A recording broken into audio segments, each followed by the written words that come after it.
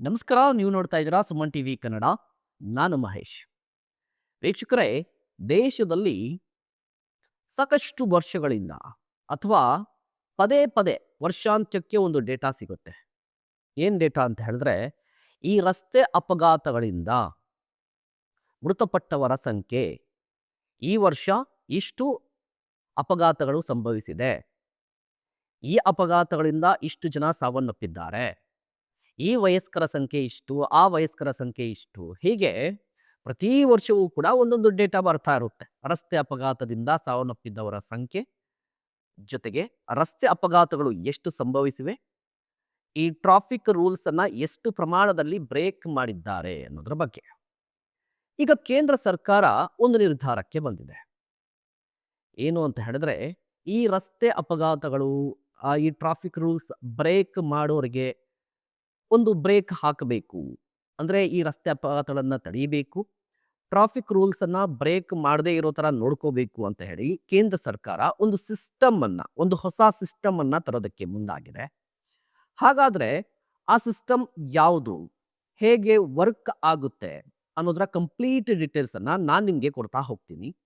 ಅದಕ್ಕೂ ಮುನ್ನ ನೀವಿನ್ನೂ ನಮ್ಮ ಚಾನಲ್ ಅನ್ನ ಸಬ್ಸ್ಕ್ರೈಬ್ ಮಾಡಿಲ್ಲ ಅಂದ್ರೆ ದಯವಿಟ್ಟು ಈ ಕೂಡಲೇ ಸಬ್ಸ್ಕ್ರೈಬ್ ಮಾಡಿ.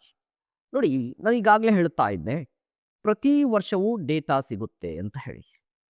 ಅದೇ ಡೇಟಾವನ್ನ ನಾನೀಗ ನಿಮಗೆ ಹೇಳ್ತೀನಿ.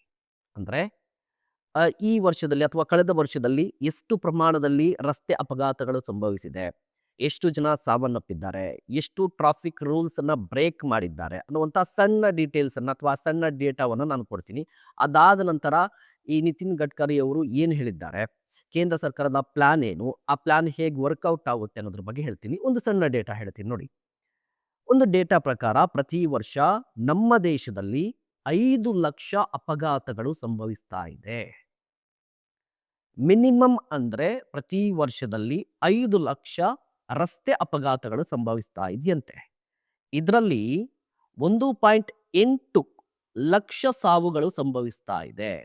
5 ಲಕ್ಷ ಅಪಘಾತಗಳು ಅಂತ ಹೇಳಿದ್ರೆ ಆ ಪೈಕಿ 1.8ರಷ್ಟು ಸಾವುಗಳು ಸಂಭವಿಸ್ತಾ ಇದೆ ಅಂತ ಡೇಟಾ ಹೇಳ್ತಾ ಇದೆ. ಅತೀ ಮುಖ್ಯವಾಗಿ ಮತ್ತೆ ಆತಂಕಕಾರಿಯಾಗಿರುವಂತಹ ವಿಚಾರ ಏನು ಅಂತ ಹೇಳಿದ್ರೆ, ಶೇಕಡ 72% ಜನ ಕೇವಲ 18ರಿಂದ 40 ವರ್ಷದ ಒಳಗಡೆ ಇರುವಂತ ವ್ಯಕ್ತಿಗಳು ಸಾವನ್ನಪ್ತಾ ಇದ್ದಾರೆ. ಒಂದು ಮಾತಿದೆಯಲ್ವಾ, ಆ ದೇಶದ ಭವಿಷ್ಯ ಯುವ ಜನತೆ ಅಂತ ಹೇಳಿ.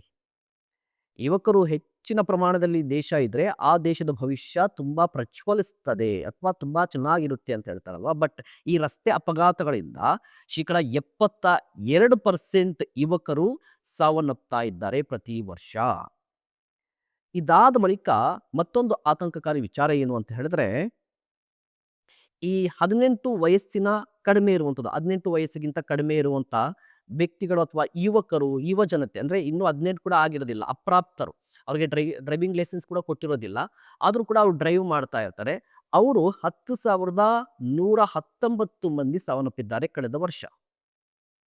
ಅಂದ್ರೆ ಅಪ್ರಾಪ್ತರು, ಈ ಮನೆಗಳಲ್ಲಿ ಬೈಕ್ ಕೊಡ್ಸ್ಬಿಡ್ತಾರೆ, ಈ ಸ್ಕೂಟಿಗಳೆಲ್ಲ, ಅವರು ಹಾಕೊಂಡು ಹೋಗ್ತಾ ಇರ್ತಾರೆ, ಬರ್ತಾ ಇರ್ತಾರೆ. ಅಂಗಡಿಗೆ ಹೋಗೋದು, ಇಲ್ಲ ಯಾರನ್ನಾದ್ರು ಕರ್ಕೊಂಡ್ ಬರ್ಬೇಕಂತ ಹೋಗೋದು, ಇನ್ನು ಕೂಡ ಡ್ರೈವಿಂಗ್ ಲೈಸೆನ್ಸ್ ಬಂದಿರೋದಿಲ್ಲ ಅಪ್ರಾಪ್ತರು, ಅವರು ಈ ರೀತಿಯ ಅಪಘಾತಗಳಲ್ಲಿ ಕೂಡ ಸಾವನ್ನಪ್ತಾರೆ. ಅವರ ಸಂಖ್ಯೆ ಎಷ್ಟಿದೆ ಅಂತ ಹೇಳಿದ್ರೆ 10,119. ಇನ್ನ ಹೆಲ್ಮೆಟ್ ಧರಿಸದೆ, ಹೆಲ್ಮೆಟ್ ಧರಿಸಿದ್ರೆ ಕೂದಲು ಹಾಳಾಗೋಗ್ಬಿಡುತ್ತೆ, ಏರ್ ಸ್ಟೈಲ್ ಹೋಗ್ಬಿಡುತ್ತೆ ಅಂತ ಹೇಳೋದ್ರ ಸಂಖ್ಯೆ ಜಾಸ್ತಿ ಇರುತ್ತೆ. ಬಟ್ ಕಳೆದ ಬಾರಿ ಹೆಲ್ಮೆಟ್ ಬಳಸದೆ 54,122 ಮಂದಿ ಸಾವನ್ನಪ್ಪಿದ್ದಾರೆ ದೇಶದಲ್ಲಿ. 54,122 ಮಂದಿ ಹೆಲ್ಮೆಟ್ ಬಳಸದೆ ಸಾವನ್ನಪ್ಪಿದ್ದವರಂತ ಸಂಖ್ಯೆ.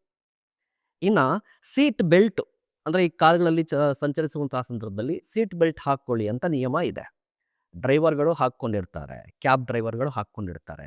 ಯಾವ್ದಾದ್ರು ಕ್ಯಾಬ್ ನಾವು ಹತ್ತಿದ ತಕ್ಷಣ ಬೆಲ್ಟ್ ಹಾಕೊಳ್ಳಿ ಅಂತ ಹೇಳ್ತಾರೆ. ಬಟ್ ಸ್ವಂತಕ್ಕೆ ಬಳಸ್ತಾ ಇರ್ತಾರಲ್ವಾ, ಓನ್ ಕಾರುಗಳಲ್ಲಿ ಇದನ್ನ ನಿರ್ಲಕ್ಷ್ಯ ಮಾಡುವವರ ಸಂಖ್ಯೆ ಜಾಸ್ತಿ ಇದೆ. ಸೀಟ್ ಬೆಲ್ಟ್ ಅನ್ನ ಧರಿಸದೆ ಸಾವನ್ನಪ್ಪಿದ್ದವರಂತಹ ಸಂಖ್ಯೆ ಎಷ್ಟು ಅಂತ ಹೇಳಿದ್ರೆ 14,466. 14,466 ಮಂದಿ ಸೀಟ್ ಬೆಲ್ಟ್ ಅನ್ನ ಧರಿಸದೆ ರಸ್ತೆ ಅಪಘಾತದಲ್ಲಿ ಮೃತಪಟ್ಟಿದ್ದಾರೆ. ಇನ್ನು ಓವರ್ ಸ್ಪೀಡ್ನಿಂದ ಬರೋಬ್ಬರಿ 1.2 ಲಕ್ಷ ಮಂದಿ ಸಾವನ್ನಪ್ಪಿದ್ದಾರೆ. ಓವರ್ ಸ್ಪೀಡಿಂದ ತುಂಬಾ ಬೇಗ ಹೋಗ್ಬಿಡ್ಬೇಕು, ತುಂಬಾ ಬೇಗ ಹೋಗ್ಬೇಕು ಅಂತ ಹೇಳಿ ಓವರ್ ಸ್ಪೀಡಲ್ಲಿ ಹೋಗ್ತಾ ಇರ್ತಾರೆ. ಕಾರ್ ಆಗಿರ್ಬೋದು, ಬೈಕ್ ಆಗಿರ್ಬೋದು. ಓವರ್ ಸ್ಪೀಡಿಂದ ಹೋಗಿ 1.2 ಲಕ್ಷ ಮಂದಿ ಕಳೆದ ವರ್ಷ ಸಾವನ್ನಪ್ಪಿದ್ದಾರೆ. ಇವೆಲ್ಲವೂ ಕೂಡ ರಸ್ತೆ ಅಪಘಾತಗಳು, ಟ್ರಾಫಿಕ್ ರೂಲ್ಸ್ ಅನ್ನ ಬ್ರೇಕ್ ಮಾಡೋದ್ರಿಂದ ಆಗಿರುವಂತಹ ಅವಘಡಗಳು. ಹಾಗಾದ್ರೆ ಇದಕ್ಕೆ ಪರಿಹಾರ ಏನು?